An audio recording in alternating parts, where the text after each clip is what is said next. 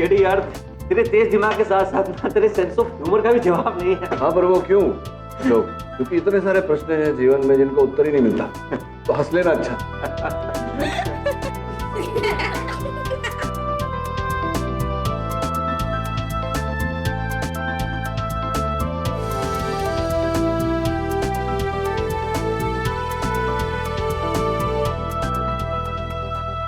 भाभी मैं आपकी हेल्प कर देती हूँ। नहीं, तुम रहने दो। वैसे भी किचन में कौन सी चीज कहाँ रखी है तुम्हें नहीं पता। तुम बैठो। भाई साहब, छोले बहुत अच्छे बने हैं, थोड़ा टेस्ट तो कर लीजिए। पेट में बहुत जलन हो रही है सवेरे। आपके पेट की जलन का इलाज है मेरे पास। मिश्री, सौंफ और हरी इलायची का 1 चम्मच पाउडर 1 गिलास दूध में डाल के पी लीजिएगा। बस आपका पित्त दोष शांत हो जाएगा। आपका ये उपाय अभी जाकर ट्राई करूंगा। मधु, माता जी की तबीयत कैसी है? माँ आजकल चल फिर नहीं सकती। दवाइयों और फिजियोथेरेपी के सहारे आशा करता हूँ जल्दी ठीक हो जाए। हाँ, और ठीक हो जाएगी। एक काम करते हैं, पहले खाना खा लेते हैं, उसके बाद माँ के कमरे में चलते हैं। जी दीदी, दूध गर्म हो गया? बस वही कर रही थी। माँ जी को जाके दे दो। जी। केडी, ये माँ की पर्सनल अटेंडेंट है, माँ की हर जरूरत का पूरा ख्याल रखती है। माँ जी खुद लेकर आई थी उसे 2 साल पहले। मैं तो खुश हूँ कि कोई तो है मेरी मदद करने के लिए।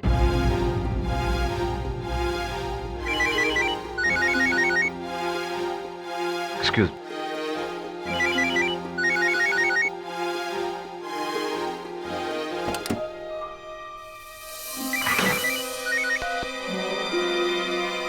बार बार क्यों फोन कर रहे हो यार मुझे? अरे अभी घर पे मेहमान आए हुए हैं। हाँ, जानता हूं मैं कि थोड़ा और समय चाहिए। मैं तुम्हारे सारे पैसे सूद के साथ चुकाऊंगा। मेरे पास एक कमाल प्लान है। मुझे सिर्फ 2 दिन चाहिए, सिर्फ 2 दिन।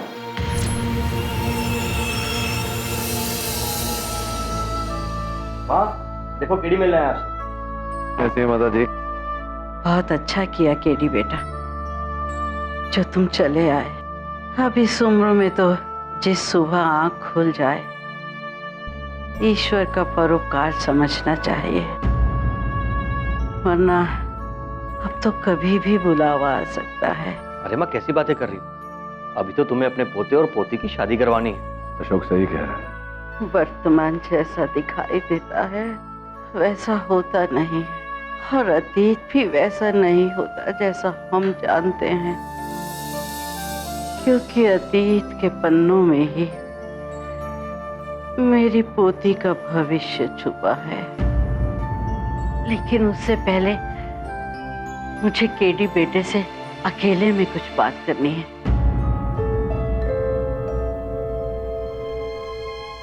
ठीक है माँ। केडी, मैं आता हूँ।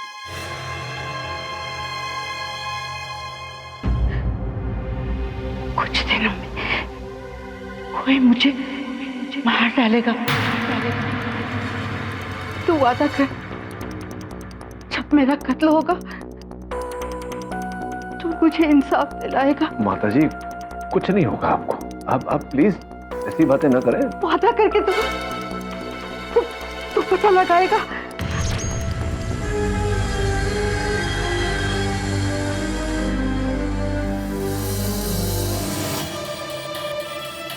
अशोक,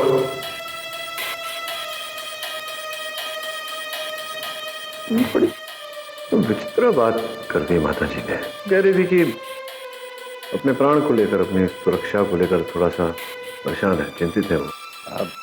यार ऐसी कोई बात नहीं है। दरअसल दवाइयों की ओवरडोज की वजह से उन्हें नींद आने लगती है और बेसुधी में इस तरह की बिना मतलब की बातें करने लगती है। तू चिंता मत कर। है ये पुरानी लत है तेरी, छोड़ क्यों नहीं देता?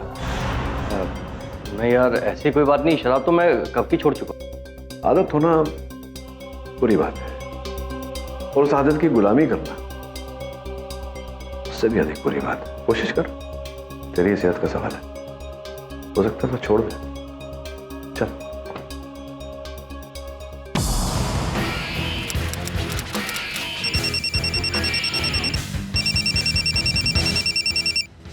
हेलो,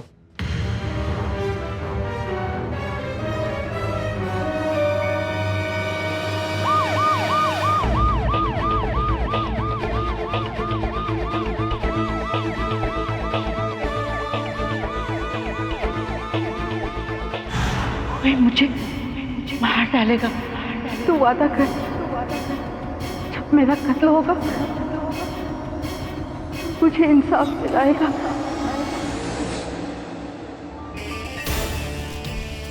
मैं वादा करता हूँ माँ जी, आपके हत्यारे को सजा दिलाकर ही रहूंगा।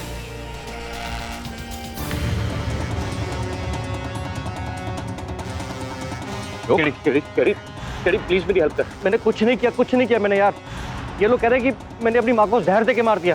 चलो मैं आता हूँ फिर चलो। हाँ प्लीज।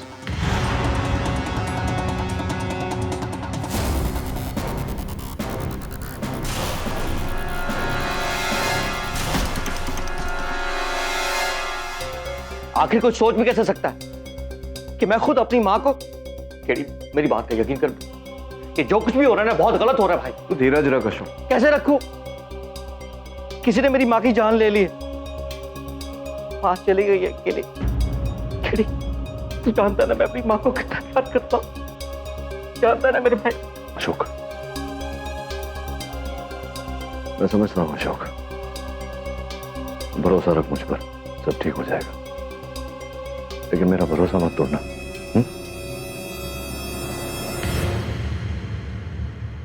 हाय सर, ये रहे केस के papers, FIR and medical report. Sir forensic report के हिसाब से डेथ पॉइजन से हुई। एफआईआर में कहा गया है कि रात में सोने से पहले अशोक ने अपनी माताजी को दूध में जहर मिलाकर पिला दिया था। अगर अशोक निर्दोष है तो उसके विरुद्ध ये जो सारे सबूत है उससे भी बड़ी एक मुसीबत है। क्या सर? प्रोसिक्यूटर का नाम नहीं पढ़ा तूने? जयदीप ठकराल। क्या कलाम है उनका, मुजरिमों का काल ठकराल। सबूतों को तोड़ मरोड़ के अपने हिसाब से केस को आगे ले जाता है। कई लोगों को फांसी के तख्ते तक पहुंचाया उसने।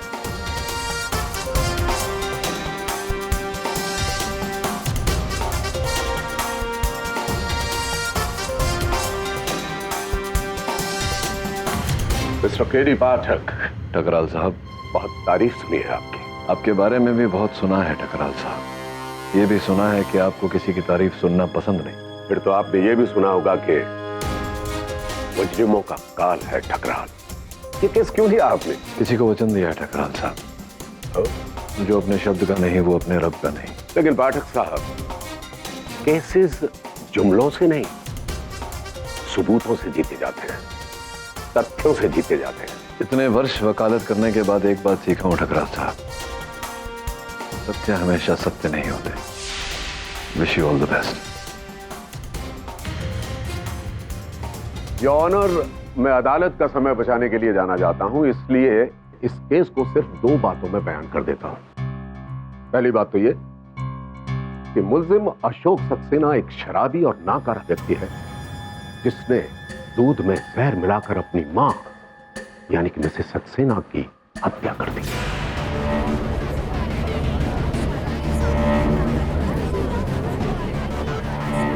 और दूसरी बात यह कि मैं अदालत के सामने एक चश्मदीद गवाह पेश करना चाहता हूं जिसका नाम है मधु, जो कि मिसेस सक्सेना की पर्सनल अटेंडेंट है।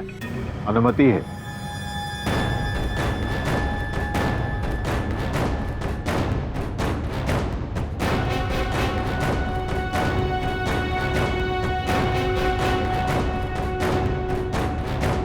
मधु, अदालत को बताइए कि क्या हुआ था उस रात। मधु जी माँ के लिए दूध गर्म कर दिया? हाँ बस हो गया। चलो आज मैं माँ के लिए दूध ले जाता हूँ।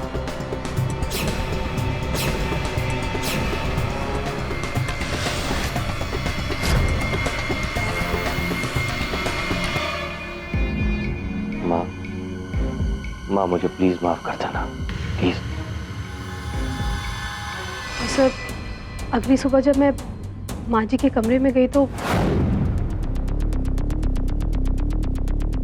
माँ जी मैंने अपनी माँ को जहर नहीं दिया। अच्छा, तो मां की किस बात में मांग रहे थे आप? मैं कभी भी एक अच्छा बेटा साबित नहीं हुआ। हमेशा निराश किया मैंने अपनी माँ को। खुद को एक अच्छा बेटा साबित करने के लिए खुद को एक मौका देना चाहता था मैं। मेरा एक संदेह दूर कीजिए श्रीमान अशोक सक्सेना साहब। आपने अपनी माता से क्षमा मांगने के लिए वही रात क्यों चुनी? कोई वजह नहीं, बस ऐसे ही। आपकी लड़खड़ाहट ये बता रही है मिस्टर अशोक सक्सेना कि आप झूठ बोल रहे हैं। क्या ये महज इत्तेफाक था कि 2 दिन पहले आपको ये पता चल गया कि आपकी माता वसीयत में तब्दीली करना चाहती?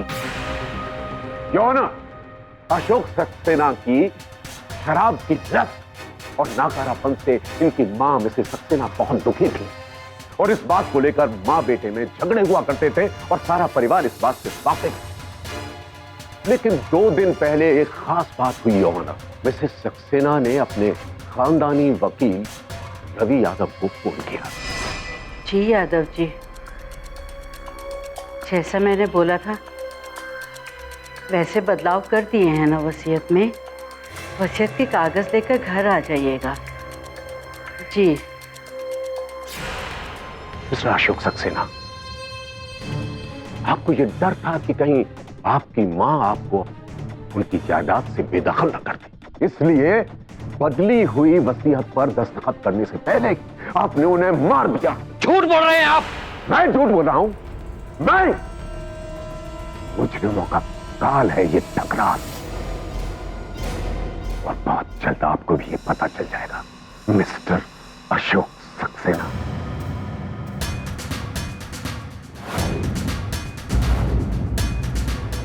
इस पोस्टमार्टम रिपोर्ट से साफ जाहिर है योर ऑनर कि श्रीमती सक्सेना की मृत्यु दूध में मिलाए हुए जहर की वजह से हुई थी। फॉरेंसिक रिपोर्ट के मुताबिक उस कप में जो थोड़ा सा दूध बचा था उसमें जहर पाया गया था और कप के ऊपर जो उंगलियों के निशान थे वो श्री अशोक सक्सेना साहब के ही। मधु ने यह बयान दे ही दिया है कि उस रात क्या हुआ। श्रीमती सक्सेना के वकील का बयान भी उनके एफिडेविट के साथ दर्ज है। केस बिल्कुल साफ है। मैं इस अदालत से अपील करता हूं कि मुल्जिम अशोक को मुजरिम करार दिया जाए। टकराल साहब, आप इस केस के परिणाम तक पहुंचने में अति शीघ्रता कर रहे हैं। अगर आपको आपत्ति न हो तो आपके इस चश्मदीद गवाह से मैं वार्तालाप करना चाहूंगा। चलिए, आप अपना ये शौक भी पूरा कर लीजिए मिस्टर पाठक, लेकिन मेरी गति में गतिरोध मत पैदा कीजिएगा। जैसे आपकी आज्ञा। तो मधु, तुम्हारे कथन के अनुसार तुम उस समय दूध को गर्म कर रही। जी। तत्पश्चात अशोक ने उसी दूध को कप में डाला और वो कप अपनी माताजी तक लेकर गए। सही कह रहा हूँ? यस। तो इस प्रतिक्रिया में क्या कभी भी किसी और व्यक्ति ने उस कप को या उस दूध को छुआ अथवा वो दूध या कप कभी आपकी आंखों से ओझल हुआ? दूध नहीं सर, सब मेरे सामने ही हुआ था। मधु, ठकराल साहब ने तुम्हें चश्मदीद गवाह कहा है।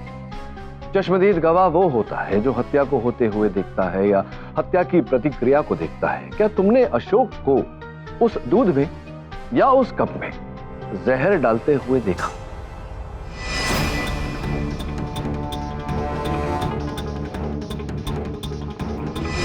नहीं सर, मैंने ऐसा तो कुछ नहीं देखा था। अर्थात तुम चश्मदीद गवाह हो ही नहीं सकती। फिर ठकराल साहब, क्यों आप इन्हें चश्मदीद गवाह कह रहे हैं?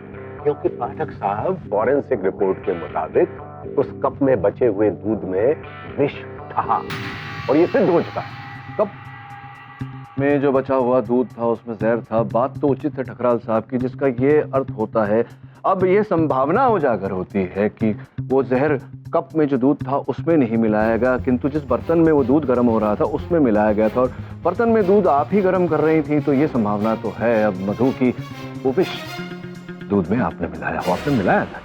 Objection your honour. पाठक साहब मेरे गवाह को झूठे इल्जाम लगाकर डरा रहे हैं। किंतु ये ऑब्जेक्शन सस्टेन। मिस्टर पाठक, अगर आपके पास विटनेस के खिलाफ कोई सबूत है तो पेश कीजिए। क्षमा चाहता हूं योर ऑनर, इस समय मेरे पास इनके विरुद्ध कोई साक्ष्य नहीं। मैं केवल इस संभावना को उजागर करने का प्रयास कर रहा था कि अशोक के अतिरिक्त किसी और ने उस दूध में विष मिलाया हो। अगर ऐसा है योर ऑनर तो ये भी संदेह के दायरे में आती है। सब सर मैं 2 मिनट के लिए किचन से बाहर गई थी, मुझे फ़ोन आया था। हेलो। लेकिन सर वो मैं इसलिए बाहर गई थी क्योंकि किचन में मोबाइल का नेटवर्क नहीं मिलता है, पर सारा वक्त मैं दरवाजे पर ही खड़ी थी और उस वक्त किचन में कोई नहीं आया था।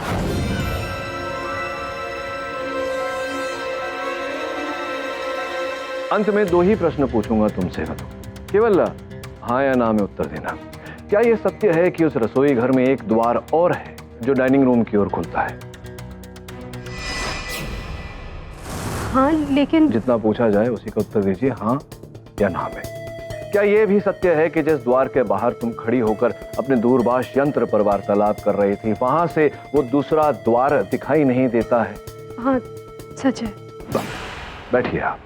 धन्यवाद। इससे कुछ भी साबित नहीं होता है मिस्टर पाठक। क्यों साबित नहीं होता टकराल साहब? अगर आप ध्यानपूर्वक विचार करें तो आपको भी लगेगा कि रसोई घर के जिस द्वार के बाहर मधु खड़ी होकर अपने दूरभाष यंत्र पर वार्तालाप कर रही थी, वहां से वो रसोई घर का दूसरा द्वार देख नहीं पा रही थी। तो संभव है कि उस द्वार से कोई अंदर आया हो जिसने उस बर्तन में विष मिलाया हो जिसमें दूध गर्म हो रहा था। राइट?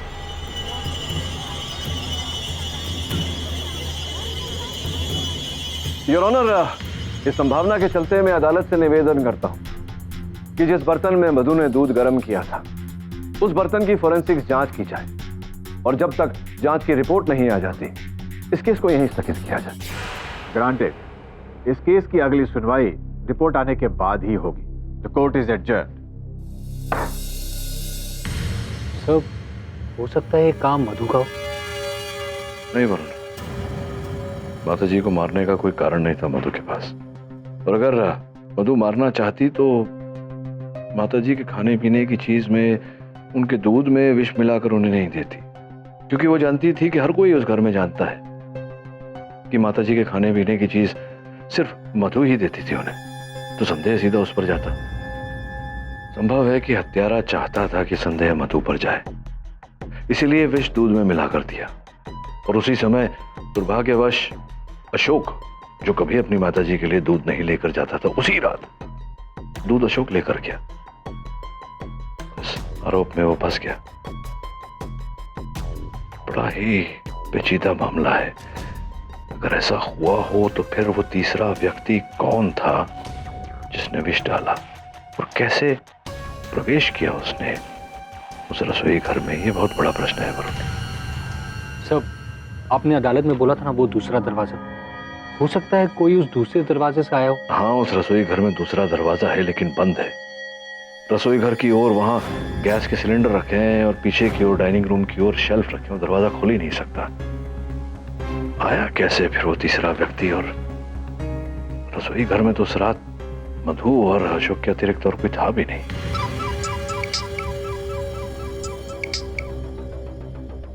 केडी पाठक। जी जी, धन्यवाद। जैसा कि मैंने सोचा था वरुण, उस बर्तन में विष के कोई अंश नहीं। मतलब आपने बर्तन की जांच की अनुमति इसलिए मांगी ताकि हमें थोड़ा और वक्त मिल सके? हाँ, समय पाने के लिए मैंने अदालत में यह चाल चली। कड़ी छूट रही है वरुण। जब माताजी से मैं भेंट करने गया था तो माताजी ने पता नहीं यूं ही कह दिया था या उन्होंने कहा था मुझसे कि कोई उन्हें मारने का प्रयास कर रहा है। क्या? काश मैंने उनकी बात जरा गंभीरता से ली होती तो संभवतः आज वो जीवित होती। एक काम कर तू वरुण, माताजी के वकील से भेंट कर और पता लगा कि जो नई वसीयत माताजी ने बनवाई थी उसमें क्या क्या बदलाव किए थे। जी सर। संभवतः वहीं से हमें इस केस की कड़ी मिलेगी। आप बैठिए, मैं आपके लिए चाय लेकर आती हूँ। धन्यवाद।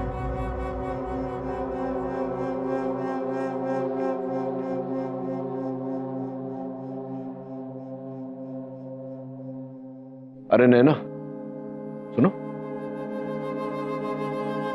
बैठो यहाँ। बड़ा प्यारा टेडी बेयर है तुम्हारा। क्या नाम है? नाम है इसका कोई? मैंने भी तक इसका नाम नहीं रखा। बड़ा होकर क्या बनेगा ये? एक्टर। अच्छा, तो तुम क्या बनोगी बड़ी होकर? ऐसा कुछ नानी ने तुम्हारे साथ ऐसी कोई बात की तुम्हारे फ्यूचर के बारे में? नहीं अंकल, दादी माँ ज्यादा बात नहीं करती थी। मम्मी कहाँ गई है? वो बाजार गई है। जाओ खेलो तुम।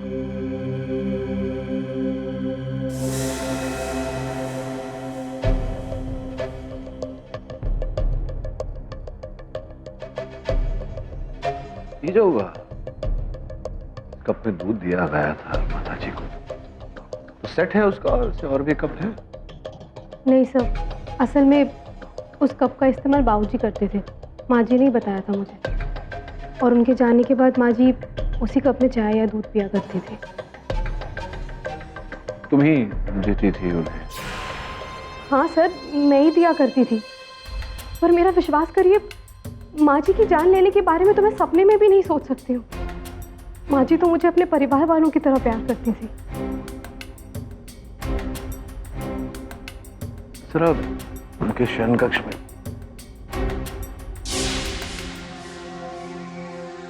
रोहन, कैसे हो बेटा?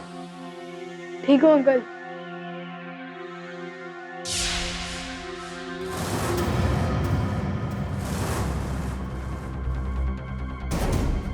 पहले तो मुझे भी यकीन नहीं हुआ कि मिसेस सक्सेना अपनी वसीयत में इतना बड़ा बदलाव करना चाहती। मैंने उन्हें समझाने की कोशिश भी की, लेकिन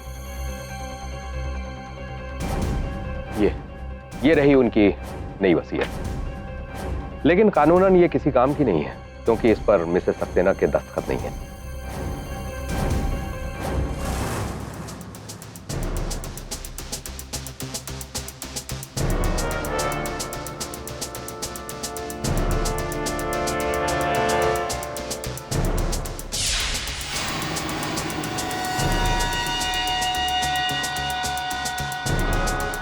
मधु, इस कमरे में किसी चीज को हाथ तो नहीं लगाया तुमने? नहीं सब कुछ वैसे ही है।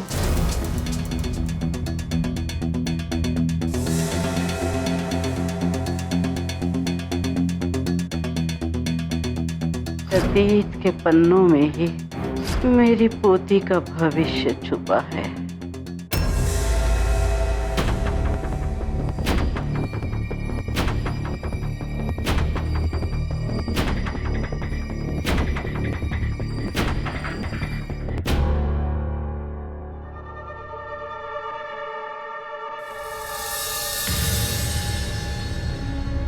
मधु, माता जी तुम्हें परिवार का सदस्य समझती नहीं थी। वो जानती थी कि तुम इस परिवार की सदस्य हो। उनकी एक नहीं दो पोतियां थी, और एक पोती तुम हो। तुम्हारी माता जी का पत्र है जो उन्होंने तुम्हारे पिता अशोक को लिखी थी मृत्यु से पहले। अशोक भैया मेरे पिता? ये माता जी के हाथ में आ गई होगी, अशोक तक पहुंची ही नहीं होगी। इसमें उन्होंने लिखा है कि उनके जाने के बाद तुम्हारा और कोई सहारा नहीं रहेगा, इसलिए माता जी तुम्हें उनका सहायक बनाकर इस घर में लाई। तुम्हारी दादी की कमी तो अब पूरी नहीं हो सकती, लेकिन मेरी सहायता करो। तुम्हारी दादी के हत्यारे को हम पकड़ेंगे।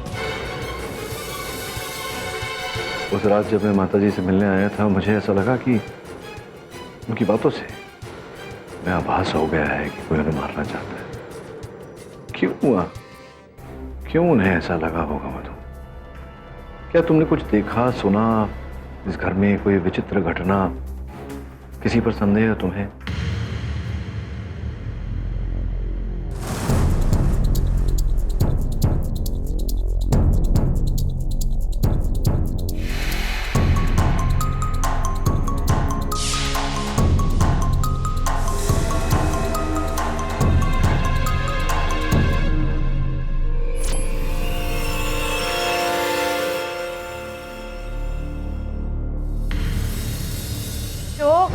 तंग आ गई हूं मैं तुम्हारी इन हरकतों से। कब अपनी जिम्मेदारी संभालोगे? पूरा बिजनेस सुकेश के हाथ में चला गया, और घर का सारा काम मैं करती हूँ, एक नौकरानी की तरह। अरे अपना नहीं तो कम से कम अपने बेटे के भविष्य के बारे में तो सोचो। अरे क्या करूं मैं, क्या करूं? नया काम शुरू करने के लिए पैसा नहीं मेरे पास, ऊपर से माँ ने वसीयत बदल दी। वकील साहब को फोन किया था मैंने, लेकिन उन्होंने बताने से साफ इनकार कर दिया। क्या करूं मैं, और जान से मार दूं अपनी माँ को? परेशान करके रखा है। घर में चैन है ना बाहर, समझ नहीं आता जाऊं तो जाऊं कहां।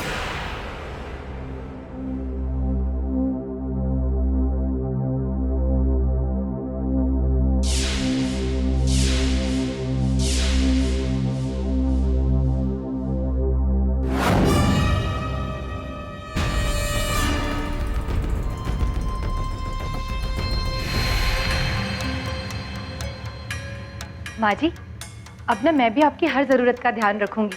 आपकी चाय, दूध, दवाई, हर चीज़ का ध्यान रखूंगी मैं भी। अब ठीक है? तुम्हारे पिता अशोक ने माताजी को मारने की बात की थी। सुकेश घर में रिवॉल्वर लेकर आया और रोमिला बाजार से मांस काटने का छुरा। किंतु इस घर में तो सब शाकाहारी है। भाई साहब। अरे भाभी जी, आप आइए आइए, बैठिए। मुझे आपसे अशोक के बारे में बात करनी थी। आप प्लीज उन्हें बचा लीजिए भाई साहब, मुझे पूरा यकीन है उन पे। चिंता मत करिए भाभी जी, पूरा प्रयास कर रहा हूं। जितना विश्वास आपको अशोक पर है, उतना ही विश्वास मुझे भी उस पर है। इसे अच्छा हुआ आप आ गई, मैं आपके पास आने वाला था बात करने। क्या बात भाई साहब?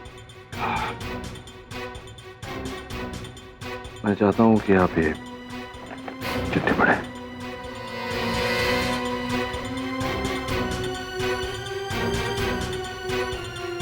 अभी जी,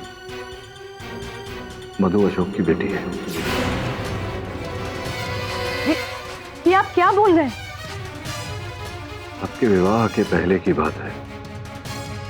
अशोक और मधु की माताजी कविता के बीच में मरण था। परिस्थितियों के कारण उन्हें अलग होना पड़ा। ये बात अशोक भी नहीं जानता कि मधु उसकी बेटी है।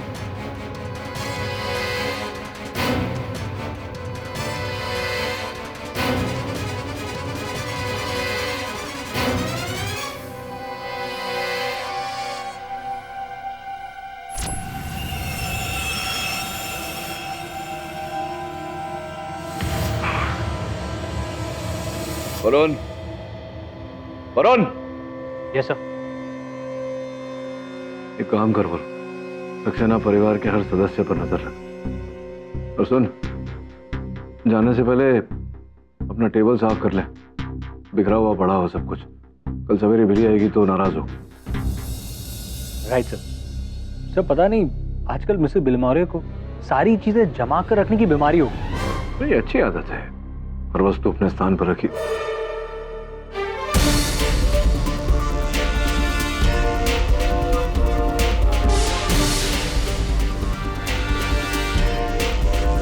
हर वस्तु अपने स्थान पर रखी गई।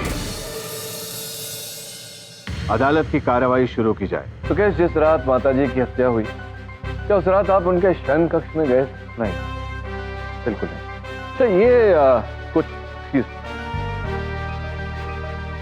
देखिए, ये इसमें से किसी वस्तु को पहचानते हैं आप? देख लीजिए, हाथ में देखकर ठीक से देख लीजिए।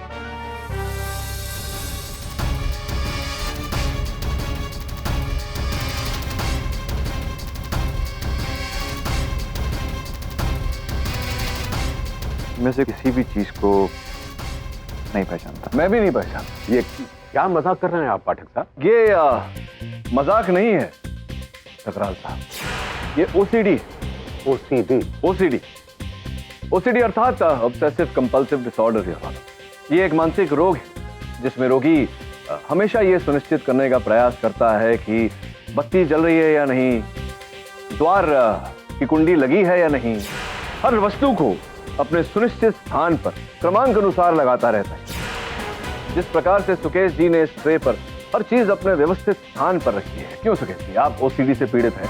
पाठक साहब, अगर सुकेश जी मानसिक रोगी हैं भी तो का अर्थ ये होता है सुकेश जी के उस रात जिस रात आपकी माताजी की हत्या हुई थी, अशोक जी के वहां जाने के पश्चात आप अपनी माताजी के शयन कक्ष में गए। प्रमाण योर ऑनर, पुलिस द्वारा ली गई ये फोटोज, मैं आग्रह करूंगा कि आप इन्हें एक बार ध्यानपूर्वक देखें। योर ऑनर, इन चित्रों को देखने से स्पष्ट होता है कि माताजी के सिरहाने के बगल में जो मेज रखी है उस पर हर वस्तु अपनी सुनिश्चित स्थान पर रखी गई है क्रमांक अनुसार। और मुझे पूरा विश्वास है योर ऑनर कि ये काम केवल आपका है, जिसका अर्थ ये होता है कि अशोक जी के जाने के पश्चात आप माताजी के कक्ष में गए थे। अब भी आप मुझसे पूछ सकते हैं कि इस बात का प्रमाण मेरे पास क्या है। वहां मेज पर रखी हुई हर वस्तु की जांच कराई जाए और मुझे पूरा विश्वास है कि आपकी उंगलियों के निशान उन पर अवश्य मिलेंगे। अब बताइए, आप कक्ष में गए थे या नहीं? आपने अपनी माताजी की हत्या क्यों? कक्ष में गए थे या नहीं? आपने अपनी माताजी की हत्या क्यों?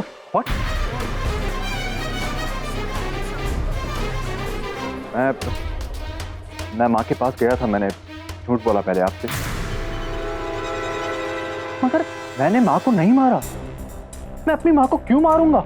मेरे सहायक ने यह जानकारी प्राप्त की है कि आपको अपने व्यवसाय में बहुत बड़ा घाटा हुआ था और आपको बैंक गारंटी देनी थी और आपने अपना घर, आपका अपना घर नहीं, माताजी का घर आपने गिरवी रखा था बैंक के पास। जो कागजात आपने जमा किए थे बैंक के पास उस पर आपकी माताजी के हस्ताक्षर थे, जबकि आपकी माताजी घर 3 हिस्सों में बांटना चाहती थी, तो वो घर वो बैंक के हाथों में क्यों देगी? जिसका अर्थ ये होता है कि जो हस्ताक्षर आपकी माताजी के थे उन कागजात पर, वो हस्ताक्षर आपकी माताजी के नहीं थे, आपके थे। आपने जाली हस्ताक्षर किए थे उन कागजातों पर। जब आपको ये पता चला कि आप बैंक का ऋण नहीं उतार पाएंगे, वो घर आपके हाथों से आज नहीं तो कल गया और इस बात का पता आपकी माताजी को लगेगा, तो आपने सोचा कि क्यों ना उन्हें हमेशा के लिए खामोश कर दिया जाए। आपने उनकी हत्या कर दी।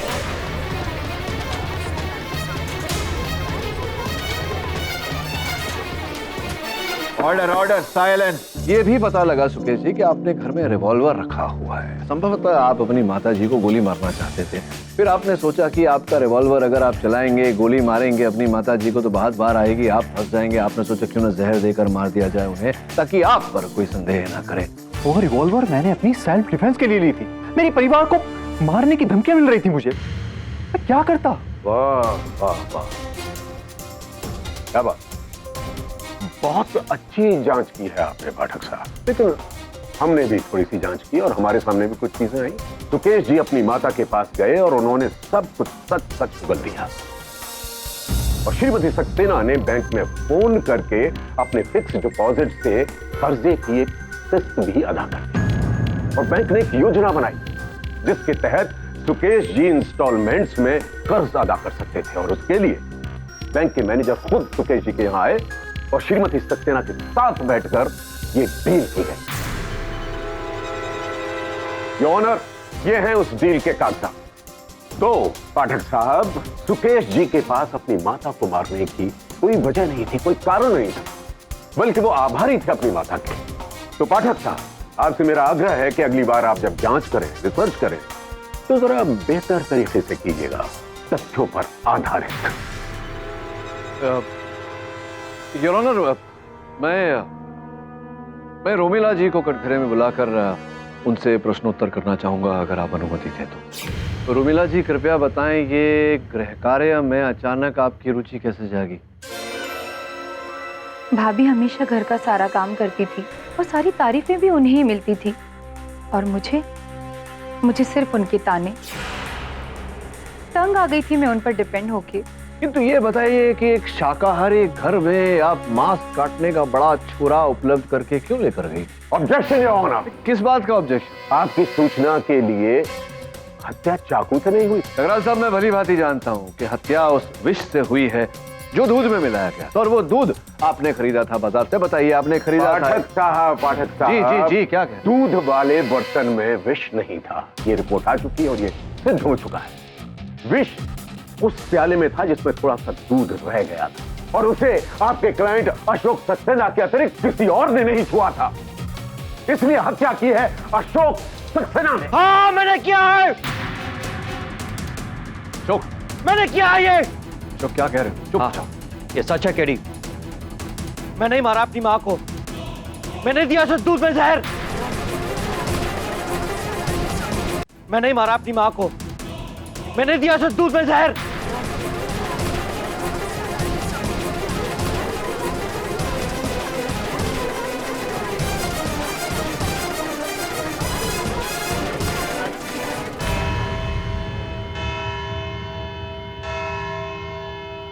पाठक साहब, पहली मुलाकात में मैंने आपसे क्या कहा था?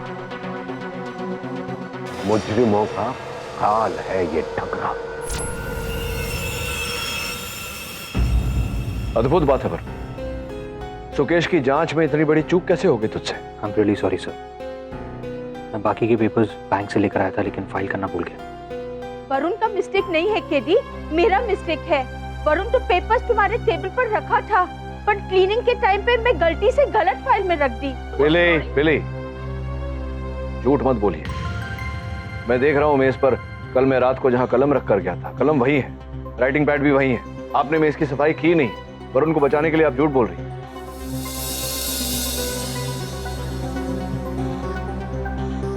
मैं नहीं मारा अपनी माँ को, मैंने दिया उसे दूध में जहर। वरुण, टॉक्सिकोलॉजी रिपोर्ट आने वाली थी, कौन सा विष उपयोग किया गया है आई? जी सर, मैं वो रिपोर्ट लेकर आया।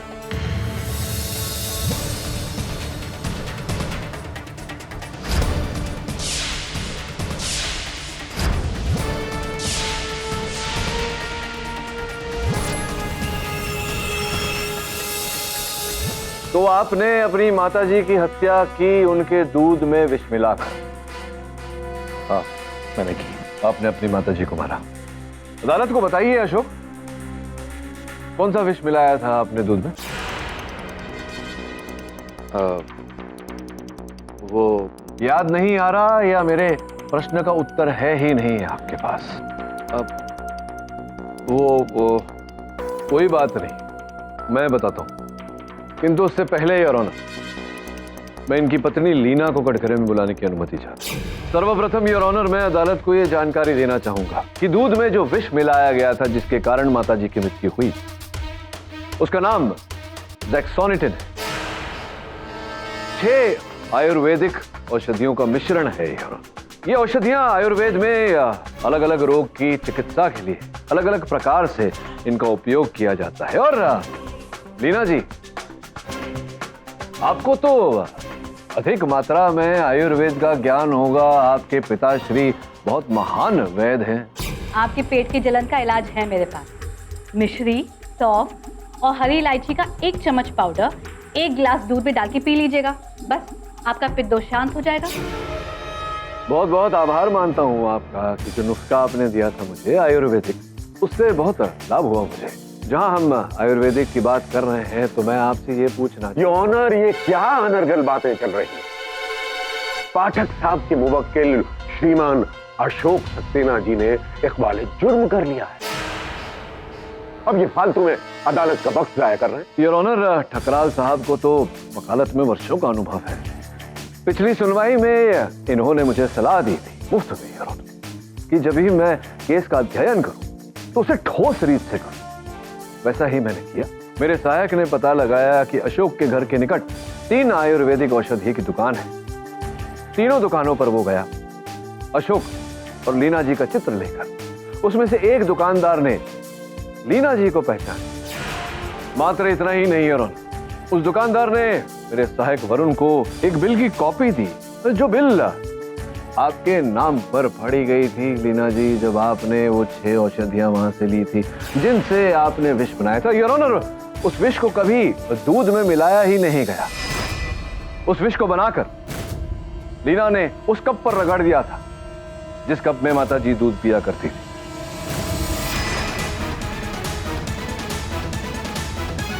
योर ऑनर, लीना को पता था कि हर रात की तरह उस रात भी मधु माताजी के लिए गर्म दूध लेकर जाएगी, किंतु दुर्भाग्यवश उस रात अशोक दूध लेकर गया।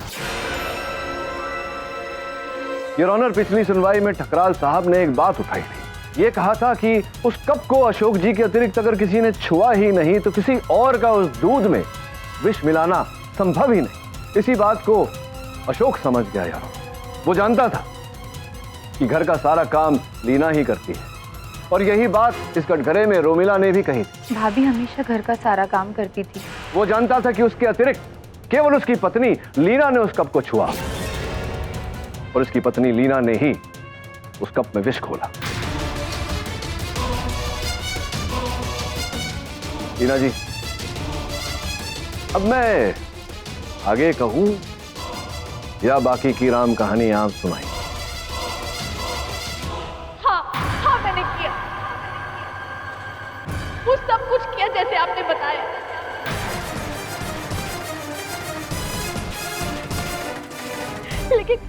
लेकिन मैं अशोक को बचाना चाहती थी, और उस रात मैं आपके ऑफिस आई थी, सच बता दे।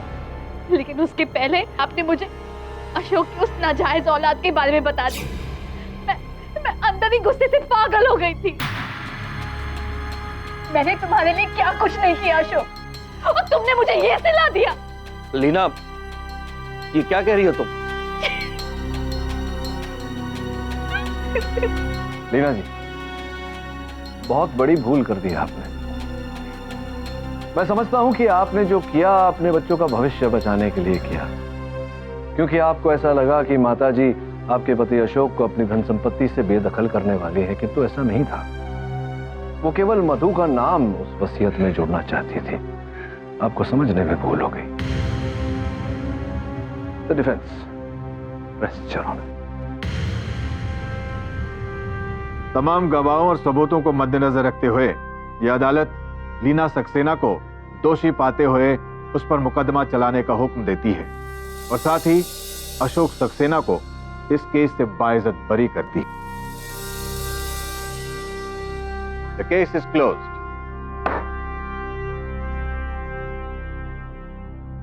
आ गया है ठकराल साहब। कंग्रेचुलेशंस मिस्टर पाठक, मगर ये मत समझिएगा कि आपने मुझे हरा दिया है। हम फिर मिलेंगे इसी अदालत में, तब आपको पता चलेगा कि मुजरिमों का काल ठकराल। किंतु अब तो आपको पता चल ही गया होगा कि असत्य का घातक केडी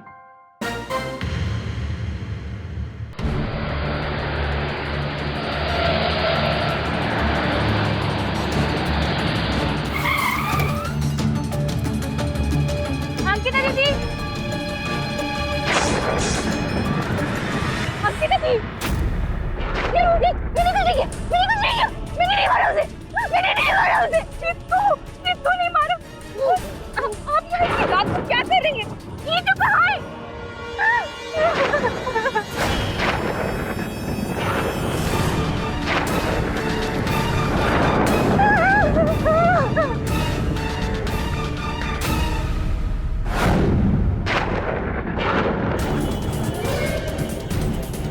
ये सब किसका है?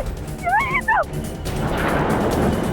मैंने नहीं मारा, मैंने नहीं मारा। तुमने किससे मारा? ये सब उसकी वजह से हुआ। किसकी वजह से? उसकी वजह से हुआ। उसकी वजह से हुआ। उसकी वजह से। उसकी वजह से। कौन है वो?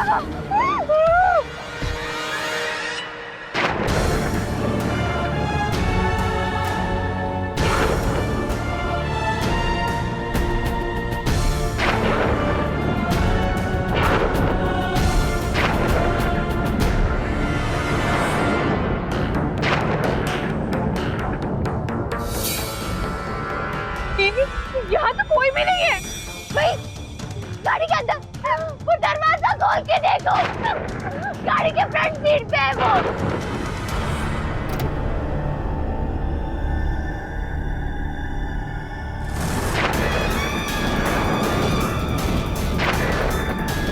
अरे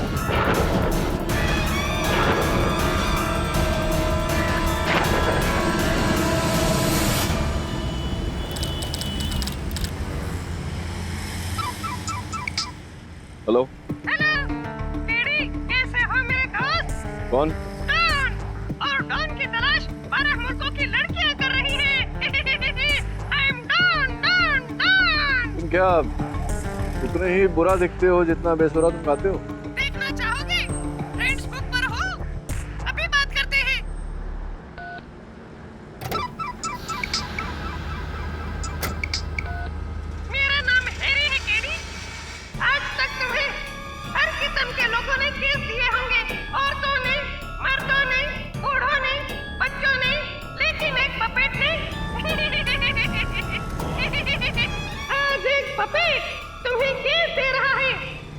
अरे जी, आपके पीछे हाथ किसका है?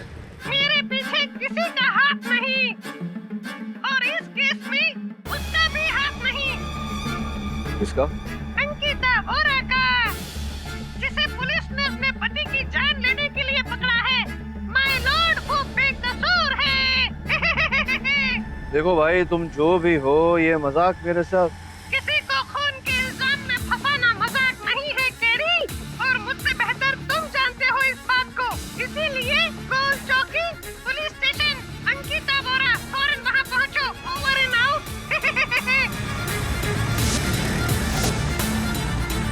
तुम्हें किसने बताया अंकिता वोरा के बारे में? उसकी बहन ने? नहीं, वो छोड़ना, कौन से सेल में ये बता दे। लगता है तुमसे पीछा छुड़ाना इस जन्म में तो मुश्किल है। चलो। अरे ये हैरी यहाँ क्या कर रहा है कठपुतली? पर तुम्हें इसका नाम कैसे पता कि हैरी है? नहीं, क्योंकि इसके बाएं हाथ की तीसरी उंगली में जो तिल है उस पर इसका नाम लिखा हुआ। तू देख, मैं अंकिता से मिल के आता हूँ। अंकिता, मैंने अनीश को नहीं मारा। मेरा यकीन कीजिए, ये सब उस हैरी की वजह से हुआ है। मैंने नहीं मारा उसे। अकबरे, मैग्नीफाइंग ग्लास ला तो। हैरी तो एक कठपुतली है। मेरे हस्बैंड अनिश का पपेट है। अनिश एक वेंट्रिलोक्विस्ट। अच्छा, अनिश जी गरुड़वादी थे, तो दोनों का साथ में एक समय था जब अनीश और हैरी का एक्ट बहुत मशहूर हुआ करता था। काम कर हैरी, सबको बता दे। बोल, तू गधा है। तू गधा है। अबे मैं नहीं, तू गधा है। अबे मैं नहीं, तू गधा है। अरे यार, तू तो समझ ही नहीं रहा। ठीक है, ऐसे बोल कि मैं गधा हूँ। ठीक है, तुम कहते हो तो हो गए।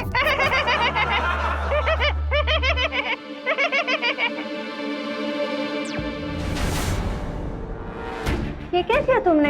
मैं देख रही थी ना। तुम्हें छोड़कर और कोई नहीं देखता ये तमाशा। 4 साल हो गए, कोई ढंग का काम नहीं है मेरे पास। और ये मनहूस, ये अब बेताल की तरह लटकता रहता मेरे ऊपर। सोच लिया मैंने कि अब ये कॉमेडी बंद करके कोई बिजनेस करूं। ये तुम्हारा पैशन है? तुम हैरी? खत्म हो गया पैशन, मर गया है। मेरा बस अब एक ही सपना है, रेस्टोरेंट खोलूंगा मैं। अनीश,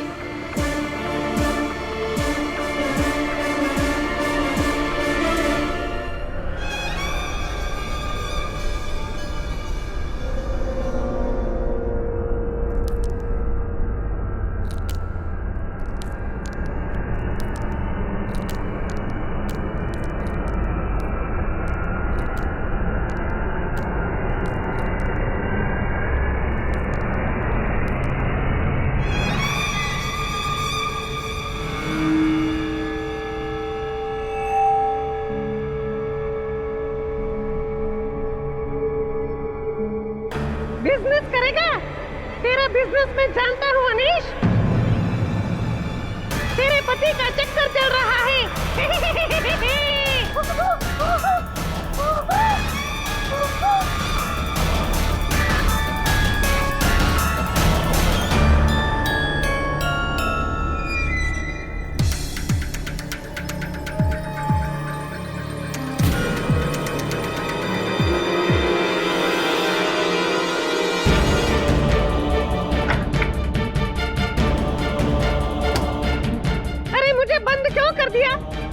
अंकिता, मुझसे डरो मत। मैं तुम्हारा दोस्त हूँ। दुश्मन तो अब अनीश है, हम दोनों का। पहले मुझे लगा कि ये मेरी नींद की गोलियों का असर है। ये एक लकड़ी का पपेट कैसे बोल सकता है, वो भी अपने आप। ये बात तुमने अनीश को बताई? हाँ, मैंने उसे ये बताया, लेकिन उसने मेरी बातों को इग्नोर कर दिया। उसने कहा कि ये मेरा वहम है, मैं पागल हूँ। लेकिन 2 दिन बाद जब अनीश होटल के बिजनेस के सिलसिले में पुणे गए थे और मैं घर साफ कर रही थी, अंकिता, प्लीज मेरी बात सुनो। मैं तुम्हारी मदद करना चाहता हूँ। देखो अनीश, वो अनीश नहीं रहा जो पहले था। मुझे पता है, मैं उसके साथ जो रहता हूँ हमेशा, मैं जिंदा हूँ और उसके सीक्रेट जानता हूँ। अनीश का अपनी पुरानी गर्लफ्रेंड जैस्मिन से चक्कर है। तुमसे कहकर गया है कि वो पुणे में है ना? अभी जुहू के ड्रीमलैंड होटल फोन करो और रूम नंबर 231 के अनीश वोरा के बारे में पूछो, तभी तुम्हें मेरी बात पर यकीन आएगा। Do it.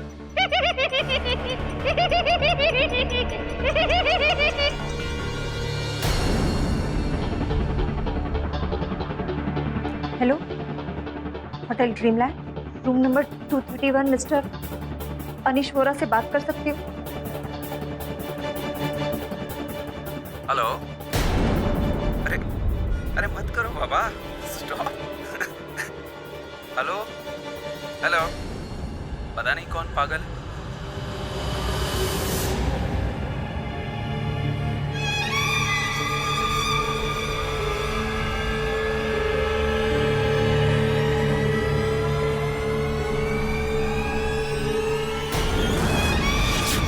I am sorry Ankita, पर अच्छा है कि तुम ये बात अभी जान गई। तुम बोल कैसे सकते हो? तुम्हारे अंदर की आवाज तो अनीश की है ना, तो तुम कैसे बोल सकते हो? सवाल ये नहीं कि मैं जिंदा कैसे हूँ, सवाल ये है कि तुम्हारा पति तुम्हें जीते जी मार रहा है। उस जैस्मिन के लिए उसने तुम्हें और मुझे दोनों को ठुकरा दिया है। क्या इसका बदला हम नहीं लेंगे अंकिता?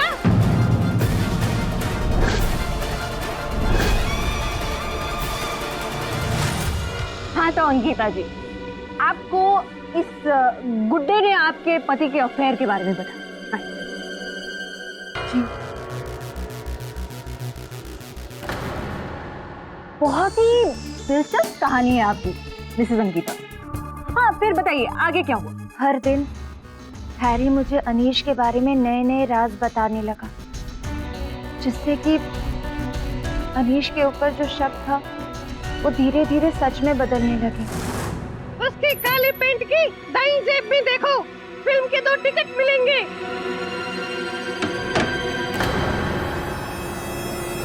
नाइट शो, और कह के गया था कि किसी बायर से मिलने जा रहा हूँ।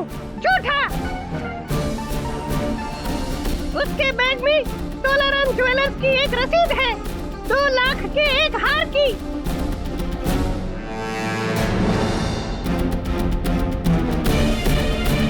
वो हार उसने तुम्हें नहीं, जैस्मिन को दिया है। मक्कार।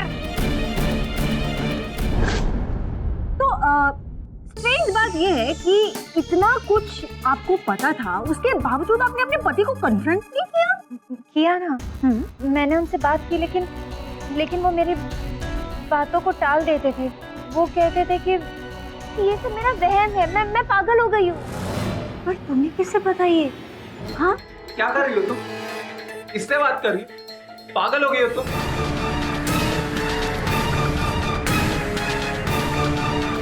लेकिन एक रात जब अनीश घर पर नहीं था, अचानक फोन बजा।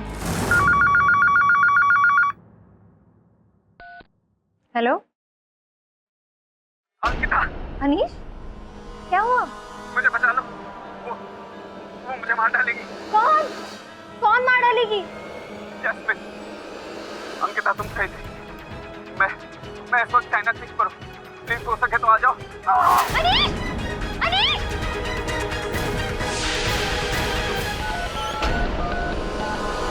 हेलो फाल्गुनी, किसी वक्त चाइना स्विच पहुंचा। कुछ सवाल मत कर। अनीश वहाँ है, मुसीबत में है, तू जल्दी आ। हाँ चल, बाय। उसी का फोन था ना? मत जाओ चाइना क्रीक, तुम्हें मारने का प्लान बनाया है उन दोनों ने। वहाँ से नीचे धकेल देंगे तुम्हें। क्या बकवास कर रहे हो तुम? मैंने अनीश की आवाज सुनी, वो मुसीबत में है। मैं जा रही हूँ। मुझे भी साथ में ले लो, मुझे अनीश पे भरोसा नहीं है।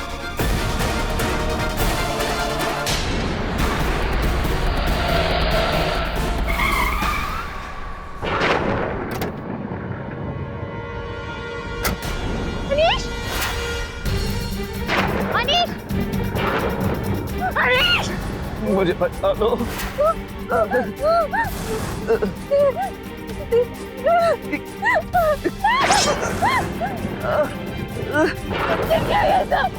जैस्मिन, मैं तो सिर्फ अपना पैर खत्म करना चाहता था, लेकिन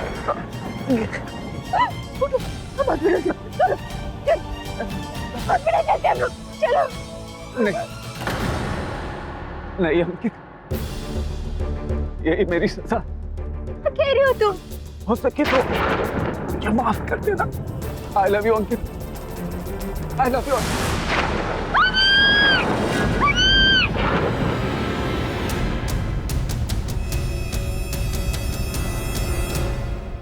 मतलब आप ये कहना चाहती हैं कि अनीश ने खुद वहां से छलांग लगाई, आपने उसे धक्का नहीं दिया? हाँ। अरे वाह, एक और कहानी। उसे अनीश वोरा की बॉडी कहाँ है? योर ऑनर, दुर्भाग्यवश पुलिस को घटनास्थल से अनीश जी के फटी हुई खून से सनी कमीज प्राप्त हुई है। उनका देह अभी तक प्राप्त नहीं हुआ। नदी में वो गिरे थे, वो मगरमच्छ से भरी हुई। संभव है कि तो मगरमच्छ उन्हें खा गया हो या उनका देह बहता बहता कहीं चला गया हो।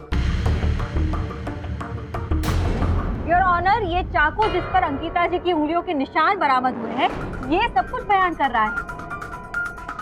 एनीवे, यहाँ पर मुद्दा चाकू का नहीं है, मुद्दा तो इस पपेट का है, हैरी, क्योंकि बोलता है। मुझे नहीं पता था कि आप ऐसे क्लाइंट्स के केसेस भी लेते हैं जो इतना बड़ा झूठ इतनी आसानी से बोल देते हैं। मैं झूठ नहीं बोल रही हूँ, मेरा यकीन कीजिए। ये हैरी बोलता है मुझसे, और हैरी को सब कुछ पता है कि उस रात क्या हुआ था। ठीक है, फिर हमें हैरी को कटघरे में बुलाकर सारी पूछताछ कर लेनी चाहिए। दीक्षित, योर ऑनर, अगर हैरी अंकिता जी से बात कर सकता है तो मुझसे भी तो कर सकता है ना। हैरी से पूछते हैं। हैरी जी, जरा बताइए कि क्या आपने अंकिता जी के कान भरे थे अनीश जी के खिलाफ? प्लीज बताइए, शर्माइए मत।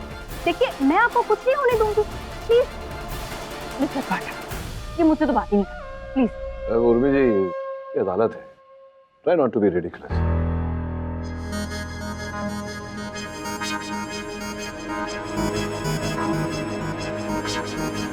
मिस्टर पाठक, क्या देख रहे हैं आप? योर ऑनर, मैं देख रहा था कि उनके अंदर कहीं कोई ऐसा यंत्र तो नहीं लगा जिसके कारण ये बोलते हैं। पुलिस अपनी छानबीन कर चुकी है और ऐसा कोई यंत्र बरामद नहीं हुआ है मिस्टर पाठक। और अगर आपको फिर भी कुछ चेक करवाना है तो अपने क्लाइंट का दिमाग चेक करवाइए, जिसने एक पपेट के बोलने पर अपने पति को मार डाला। नहीं, मैंने अनीश को नहीं मारा है। मेरा यकीन कीजिए, मैंने अपने पति को नहीं मारा है। नहीं मारा है मैंने अनीश को। आपके कहने से कुछ नहीं होता मिसेस अंकिता। आपके घर के सेवक मिस्टर मेघ जी भी यही बताएंगे। पता नहीं साहब, पिछले महीने से दीदी को क्या हो गया था, इस गुड्डे के साथ घर में अकेले बैठी रहती थी और इससे बतियाती भी रहती थी।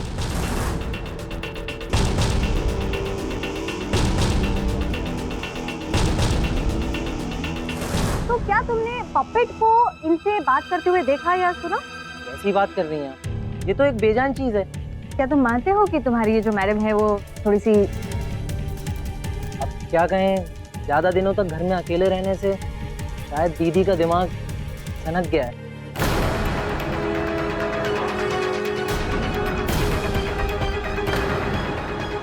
जी नहीं, मैं नहीं मानती कि मेरी दीदी को कोई भी मेंटल प्रॉब्लम है। दीदी तो हमेशा से ही एकदम सुलझी हुई और समझदार है।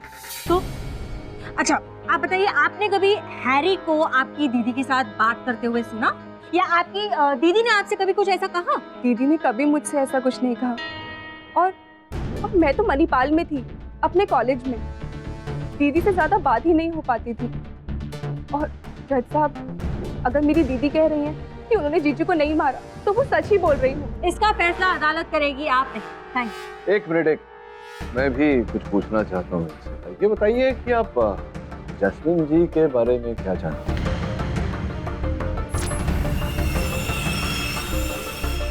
जैस्मिन मेरे जीजू की पहली गर्लफ्रेंड है।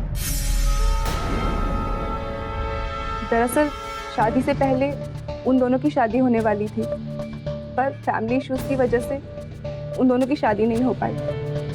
फिर जीजू ने मेरी दीदी से शादी की। आपको लगता है कि विवाह के पश्चात भी आपके जीजा जी और जैस्मीन के बीच कुछ पता नहीं, पर अगर मेरी दीदी कह रही है तो शायद सच ही कह रही होंगी।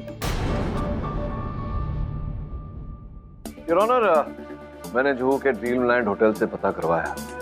वास्तव में वहां अनीश जी ने कमरा बुक किया था 2 लोगों के। केवल इतना ही नहीं, तोलाराम जौहरी का भी यही कहना है कि उनसे अनीश जी ने 2 लाख रुपए का नेकलेस बनवाया। मिस्टर पाठक, आप ये साबित करना चाहते हैं कि हैरी ने जो कुछ भी कहा वो सच था? आई एम सॉरी, सच थोड़ी है। मतलब हैरी ने कुछ बोला? उर्मी जी, सत्य सत्य होता है और सत्य कोई भी बोले, सत्य सत्य ही रहता है। अनीश और मेरे बीच जो कुछ भी था वो अनीश की शादी से पहले तक था। पिछले 3 सालों में अनीश से मिलना तो दूर, मैंने उसके साथ फोन पे बात तक नहीं की है। फिर अनीश जी ने ऐसा क्यों बोला कि आप उनकी जान लेना चाहते थे? ये अनीश का नहीं, ये इस अंकिता का कहना है। सर हमेशा मुझ पर शक करती है कि मैं इसका पति इससे छीन लूंगी। सर प्रोसिक्यूटर सही कह रही हैं, ये पागल हो चुकी है और पागलपन में इसने अपने पति को मार डाला।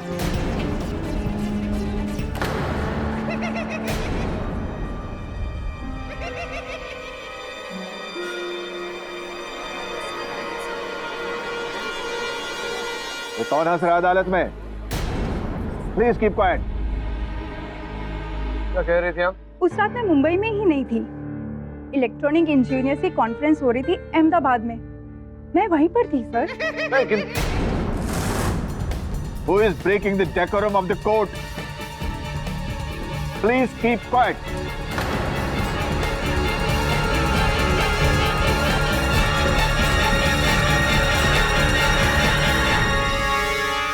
मिस्टर पाठक, आप क्या देख रहे हैं? कहीं आपको ये तो नहीं लग रहा कि ये हंसी हैरी की थी? योर ऑनर, मुझे Court is adjourned.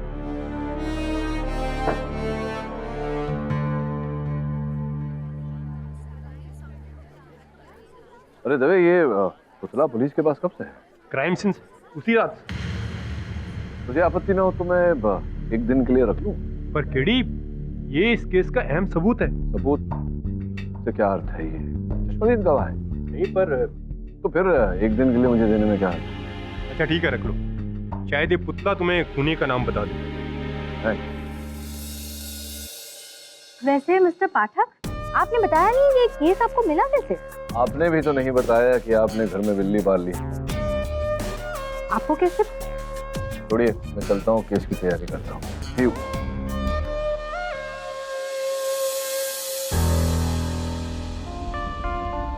तो आपने अदालत में क्यों नहीं बताया कि इस पपट ने आपको फोन करके वो केस दिया था? क्या बोलता मैं कि कठपुतली ने मुझे केस दिया है? मतलब तू नहीं चाहता कि आज के बाद में कोई और केस लड़ूं? वैसे भी मुझे नहीं लगता इस कठपुतली ने मुझे केस दिया है।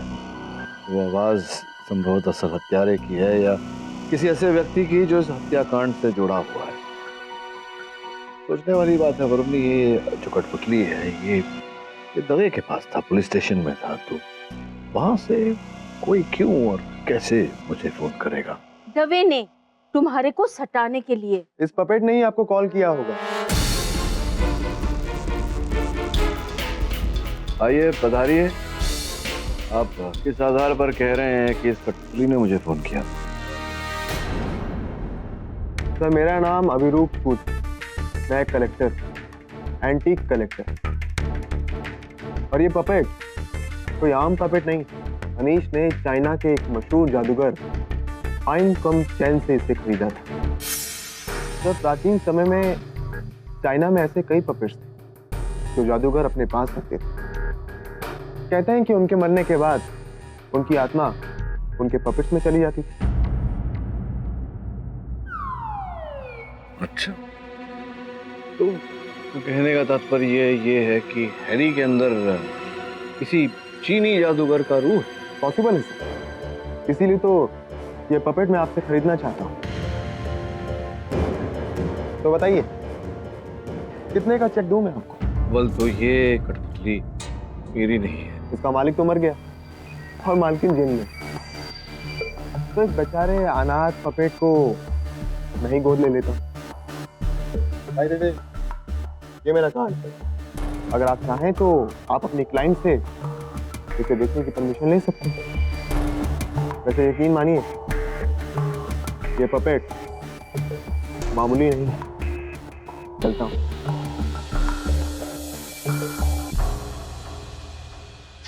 चाइनीज जादूगर की रूह, वो भी इसमें।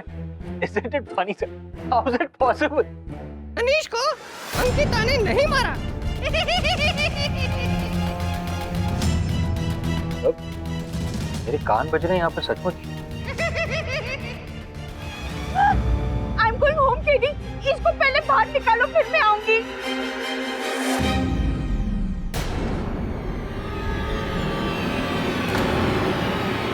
आप प्लीज मेरा एक छोटा सा काम कर देंगे? वो जल्दबाजी में ना मैं अपने घर का लॉकर बंद करना भूल गई और उसमें बहुत सारे जेवर हैं। आप मेरी बहन फाल्गुनी को कह देंगे कि वो सारे जेवर वो अपने साथ रख ले। जी, आपका संदेश मैं आपकी बहन तक पहुंचा दूंगा। एक बात बताओ अंकिता, ये जब हैरी तुम्हारे साथ बात करता था तो क्या इस प्रकार से मुंह हिलता था उसका? हाँ, यही तो हैरानी की बात थी। अनीश को अंकिता ने नहीं मारा। विचित्र बात है, जब मेरे साथ था मेरे कार्यालय में इसने बात की थी तब भी इसका मुंह खुल नहीं रहा था। इसने आपके साथ बात की? हाँ। देखा, मैंने कहा ना, हैरी जिंदा है, वो बोलता है। हैरी, केडी सबको बताओ ना सच क्या है। केडी। हाँ मिस्टर सूद, बोलिए। मेरे ऑफर के बारे में मैडम से बात की? बाद में बात करेंगे। Thank you.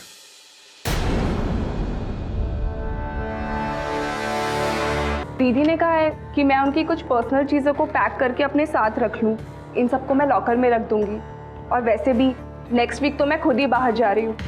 आप कहाँ जा रही हैं? एक्चुअली मुझे जॉब मिल गई है दुबई में। आपकी बहन जेल में है और आप दुबई जा रही हैं? वैसे भी दीदी हमेशा के लिए थोड़ी ना जेल में रहने वाली है। दीदी तो बेकसूर है। वैसे भी केडी जैसे वकील हैं उनके साथ। मुझे पूरा विश्वास है कि उन्हें कुछ नहीं होगा। अजीब बात है। क्या हुआ? दीदी ने जो ज्वेलरी की लिस्ट दी है, इनमें से 2 हार और एक डायमंड की रिंग मिसिंग है।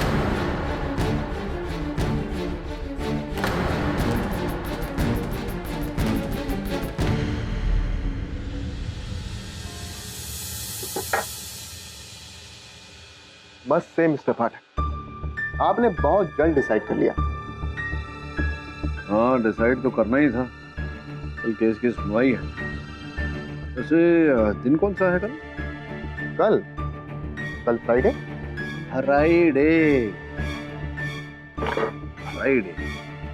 ये आप को फ बोलने की आदत है।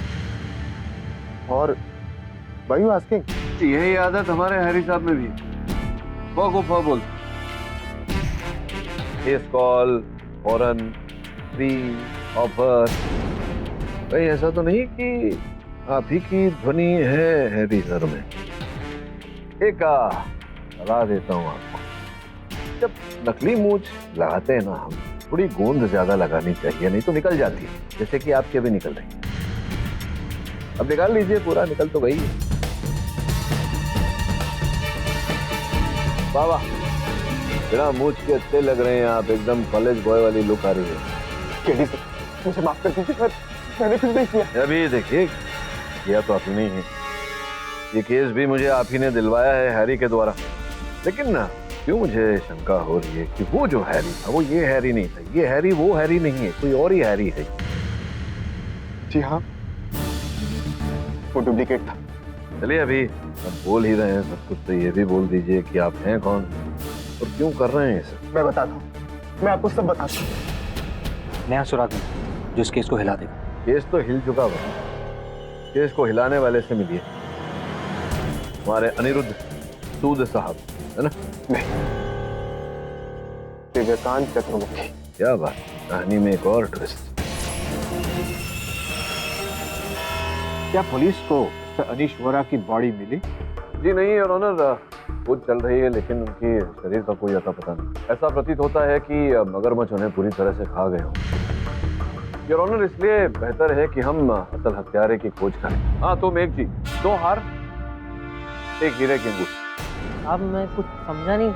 कोई बात नहीं, फिर से समझा दो। 2 हार जो गले में पहने जाते हैं, 1 हरे जड़ाऊ का, 1 सोने का और 1 अंगूठी जिसमें हीरे जड़े हुए हैं। ये सब माल किसे बेचा तुमने और कितने पैसे मिले थे?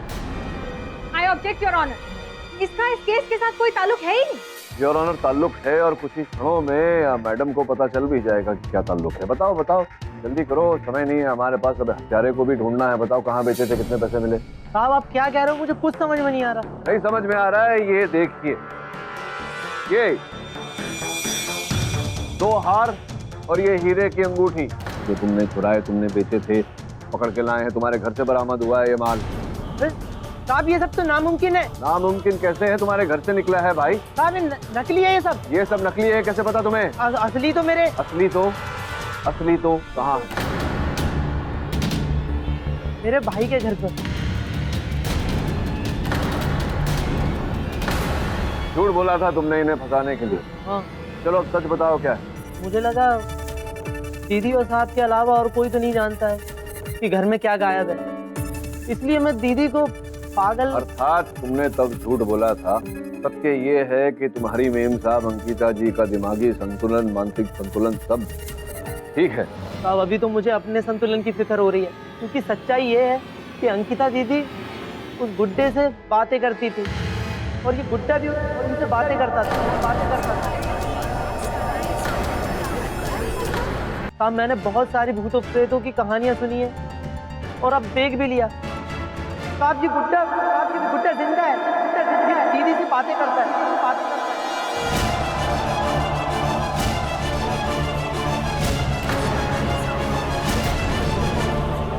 Order, silence in the court please.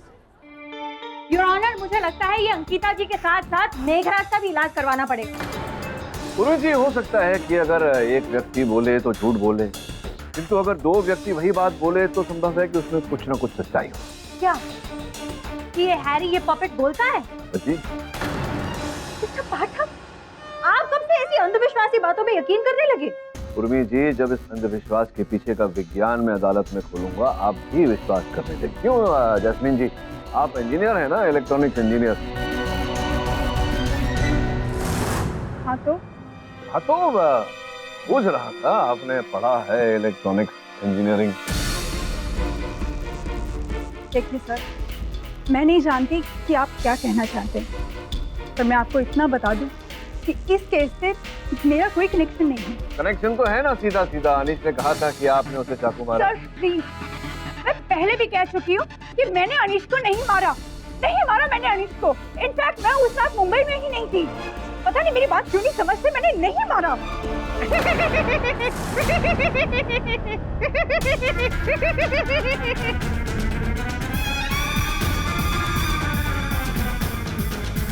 Order, silence in the court please. ये फिर से हंसी? कौन है ये? पिछली अदालत में भी इसी मोड़ पर हंसी आई थी जब ये जैस्मिन गवाही दे रही थी। अरे भाई कौन है? प्लीज बाहर निकलो। ये मैं हूँ डार्लिंग, रिलैक्स रिलैक्स।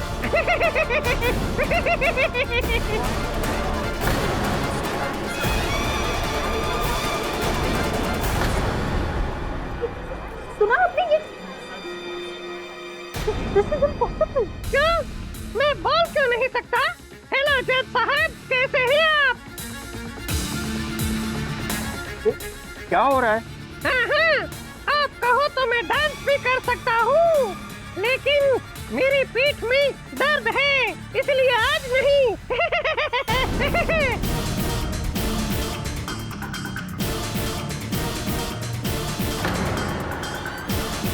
और असली कलाकार कोई और है जिसने ये पूरा गेम खेला। नहीं हो रहा है। This is not happening। दिन और रात में। सत्य बोल रहा है उर्मी जी, ये सत्य बोल रहा है। आगे पूछिए, उत्तर देगा वो। अरे मुझे सब कुछ सच बता दो। तुम जानते हो ना उस रात क्या हुआ था? ये लोग नहीं जानते उस रात क्या हुआ। प्लीज इन्हें सच बता दो। डोंट वरी अंकिता, अब मेरा खामोश रहना सही नहीं है। सर, इस केस का विलन है वरुण।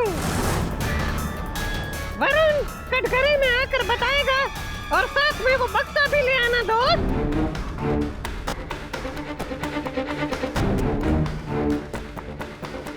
वरुण जी, क्या है तारे में, बक्से में?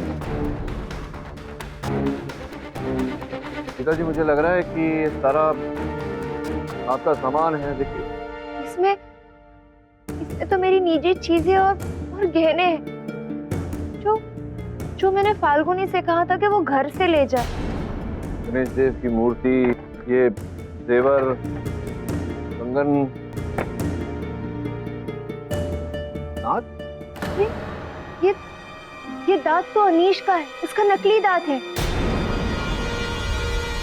तो ये क्या आपने उनके याद के लिए एक निशानी रखी है? क्यों दांत जेवरों के साथ? समझा नहीं।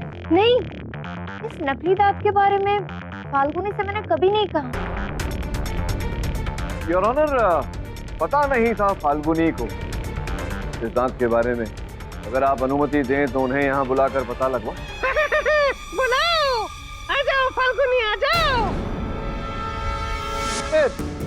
मैं समझा ही नहीं। इतने सब भगवान की मूर्ति, इतने बेशकीमती जेवर में नकली दांत क्यों लेकर, क्यों कहाँ लेकर जा रही थी वो दांत? वो शायद गलती से। नहीं, देखिए, ये जो दांत बनता है, ये तो जो व्यक्ति होता है उसके नाप अनुसार बनता है। तो अर्थात इसका उपयोग तो वही व्यक्ति कर सकता है जिसके लिए वो दांत बना हो। और अनीश जी इसका उपयोग तो नहीं कर सकते हैं क्योंकि उनकी तो मृत्यु होगी, स्वर्गीय हो गए वो, या फिर मिस्टर पाठक कहना क्या चाहते हैं आप? मैं ये कहना चाह रहा हूँ कि संभवतः वो दांत आप उन्हें देना चाह रही थी, अनीश जी को।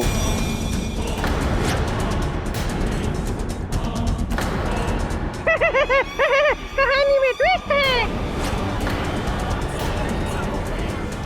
आपको इतना तो पता है कि नहीं कि आप कुछ दिनों बाद दुबई जा रही हैं? दुबई जा रही हैं नई नौकरी के सिलसिले में। जी हाँ, पर इसके बारे में मैंने आपके असिस्टेंट को बताया था।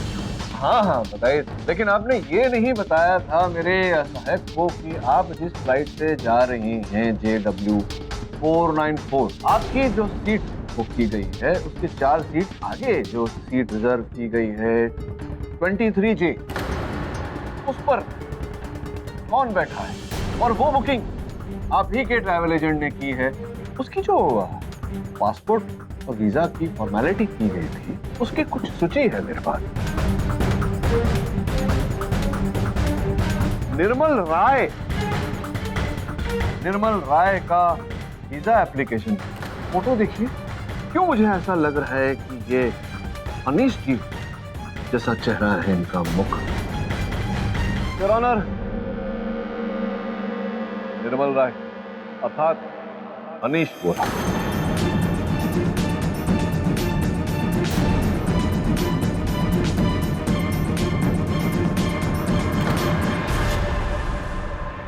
तो अनीश वोरा ही है?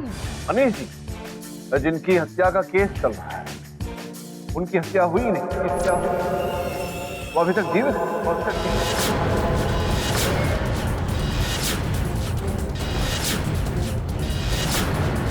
ये भी जानना चाहता था आपसे, जो दुबई आप जा रही हैं, आपको नई नई नौकरी वहां प्राप्त हुई है, ये अवश्य गारंटी देता हूं मैं कि किसी इलेक्ट्रॉनिक इंजीनियरिंग कंपनी में आपको नौकरी मिली होगी। अब आप मुझसे पूछेंगे कि मुझे कैसे पता, तो पिछली सुनवाई में आपने मणिपाल का जिक्र किया था। अधिकतम इंजीनियरिंग कॉलेजेस जो है वो वहीं स्थापित है। थोड़ी सी छानबीन की तो हमें पता चला कि आप तो वहां से रोबोटिक्स इंजीनियरिंग करके निकली। रोबोटिक्स इंजीनियरिंग योर ऑनर, जिसका अर्थ ये होता है कि ये ऐसे यंत्र बना सकती हैं जो स्वयं इलेक्ट्रॉनिक्स के आधार पर चलें, बोलें, देखें। जो मुझे रिमोट कंट्रोल से बुलवा ले। बताओ केडी, कल रात को क्या हुआ था? योर ऑनर, हैरी जो बोल रहा है, मैं अदालत को समझाना चाहूंगा। कल रात में जब हैरी के पुतले की छानबीन कर रहा था योर ऑनर, तो अंदरूनी हिस्से पर मुझे छेद नजर आए, जैसे छेद जहां से लगा कि किसी ने स्क्रू निकाले हो योर ऑनर, जिसका तात्पर्य ये होता है कि किसी ने अंदर एक ऐसा यंत्र फिट किया था जिसके आधार पर वो हिल सकता था योर ऑनर, चल सकता था। और अगर इसी पुतले में आप माइक्रोफोन और कैमरा लगा दें तो ये देख भी सकता है, सुन भी सकता है और बोल भी सकता है। Robotic. Am I right or am I right?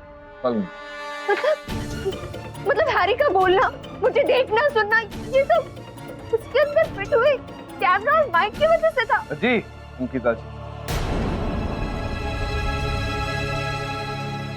Your honour, एक बात मेरी समझ में नहीं आ रही है। जब पुलिस को ये पपेट बरामद हुआ तो पुलिस को तो इसमें कोई यंत्र नहीं मिला था। ओ वाह, ये योर ऑनर की जो पुतले का संचालन रोबोटिक्स द्वारा वो इनके पतिदेव ही कर रहे थे नहीं, और इस बारे में केवल फाल्गुनी जानती थी। योर ऑनर, मेरे मन में संदेह जागा क्योंकि उस समय केवल फाल्गुनी जी और अंकिता जी साथ। पुलिस के वहां आने से पहले इन्होंने हैरी में से वो यंत्र निकाल लिए।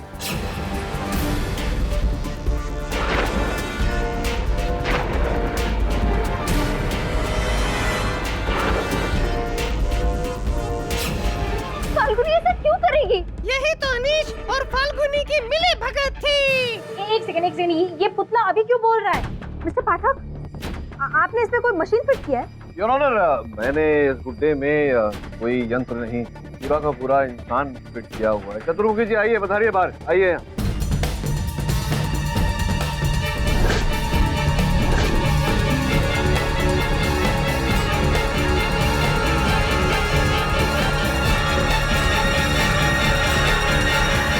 योर ऑनर, ये चतुर्मुखी जी हैं, एक गरुड़वादी अर्थात वेंट्रिलोक्विस्ट। जब इन्हें ऐसा लगा कि अगर पुतले की बात फैल जाए कि पुतला चल बोल सकता है, तो इन्हें लगा कि संभवतः इनका डूबता हुआ व्यवसाय फिर से एक बार उभर जाएगा। इसी कारण इन्होंने चीनी जादूगर का आधार बनाकर इन्होंने मुझे फंसाना चाहा। लेकिन फाल्गुनी और अनीश मेरे साथ ऐसा क्यों करेंगे? हाँ योर ऑनर, ये प्रश्न तो अभी भी खड़ा हुआ है कि इनकी बहन और इनके पतिदेव ने इनके साथ ऐसा क्यों किया।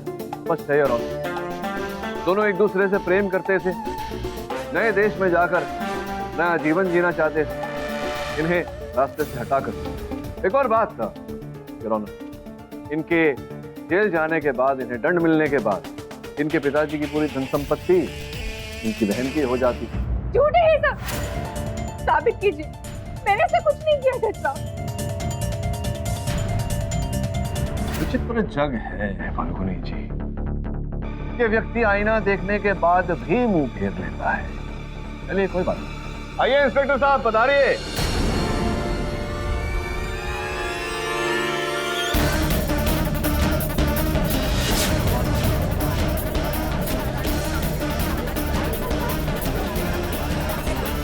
Your Honor, Mr. Anish Vora. Order, silence in the court, please.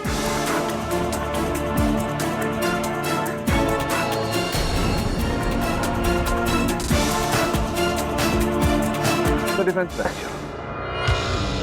ये अदालत अनीश वोरा और फाल्गुनी पारिक को ये हैरत अंगेज साजिश रचने के लिए फौरन गिरफ्तार करने का हुक्म देती है, और जब कत्ल हुआ ही नहीं तो यह अदालत मिसेस अंकिता वोरा को इस केस से बाइज्जत बरी करती है। Case is closed. Such a complicated case. वैसे वो बिल्ली आपकी ठीक है? मिस्टर पाठक, आपको कैसे पता कि आपके घर में बिल्ली लाई है? वो क्या है, आपके हाथों पर और आपके गले पर ये जो छोटे छोटे खरोंच के निशान हैं, तो ये तो तभी होता है जब व्यक्ति बिल्ली लाता है घर में, या फिर अब वो तो हो नहीं सकता, तो बिल्ली ही होगी। वो क्यों नहीं सकता, होने को तो कुछ भी हो सकता है। और भी दिलचस्प कहानी देखने के लिए हमारे चैनल को सब्सक्राइब करें और बेल आइकॉन दबाना न भूलें।